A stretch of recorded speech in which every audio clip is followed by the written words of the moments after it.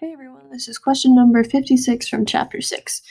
This problem is about a glider that was used to test spaceflight. Alright, so the first part of this question asks us what the landing speed would have been if air resistance could have been neglected, which we know we can't in real life, but we can in physics class. So without air resistance, we have no non-conservative forces, so we can just do a basic energy balance, E1 equals E2. E1 being when it's launched and E2 being when it lands. All right, so we have 1/2 mv1 squared plus mgy1 equals 1/2 mv2 squared. And we're going to set, and the landing is going to be, the ground's going to be equal to 0, so there is going to be no potential energy. So we can just rearrange that and solve for v2, square root v1 squared plus 2gy1. Plug our numbers, we're given everything, we have no unknowns. v1, I went ahead and converted the kilometers and hours to meters per second just to save us some time. It's just a quick conversion. Meters per second squared plus 2 times 9.8 meters per second squared times our height 1, which is 3,500 meters. Plug all of that into your calculator and you get V2 is equal to 293.8 meters per second, which we can convert back into kilometers per hour.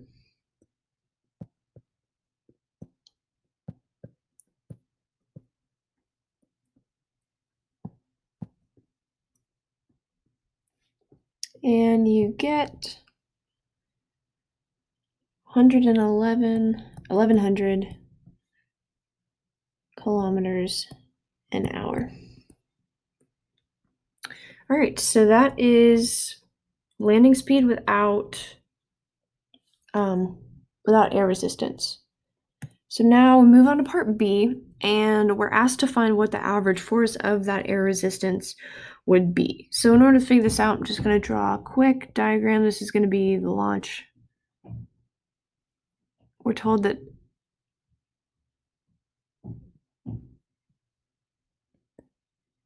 this is a triangle, guys. I'm not a very good artist. This is 12 degrees. The glider's coming in at 12 degrees. This is L. And this height, launch height, was 3,500 meters. Okay, so we're asked to solve for the air resistance, which essentially is going to be a frictional force.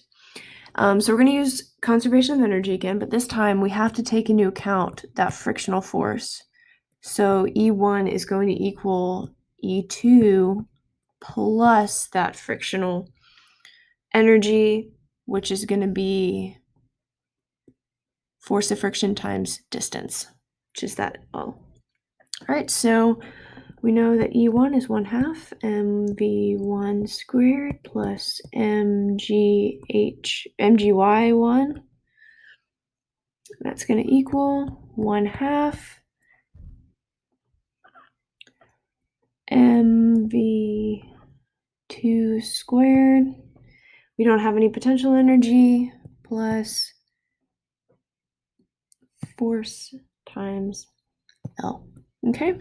Or force of friction times L. All right, so we can rearrange this equation for the friction force.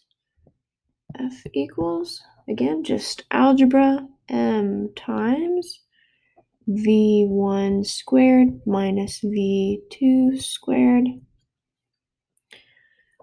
plus 2gy1 all over 2L. All right, I am going to go on a new page so I do not run out of space to solve this equation. So now we just plug numbers in. F equals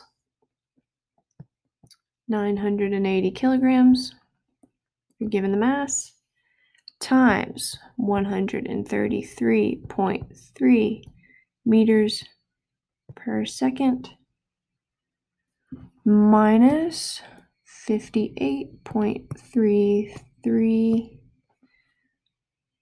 meters per second squared.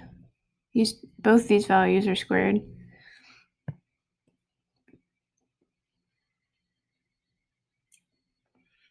Plus 9.8 meters per second squared times the height, 3,500 meters. And that is all over 2L. And L, I wrote out that triangle. You can go back and look at it. It's just going to be using trig. It's going to be our height, 3,500 meters, over sine of our angle that we're given. All right, very carefully plug that into your calculator and you get F equals 2415 newtons, and with sig figs, that goes to 2,400 newtons.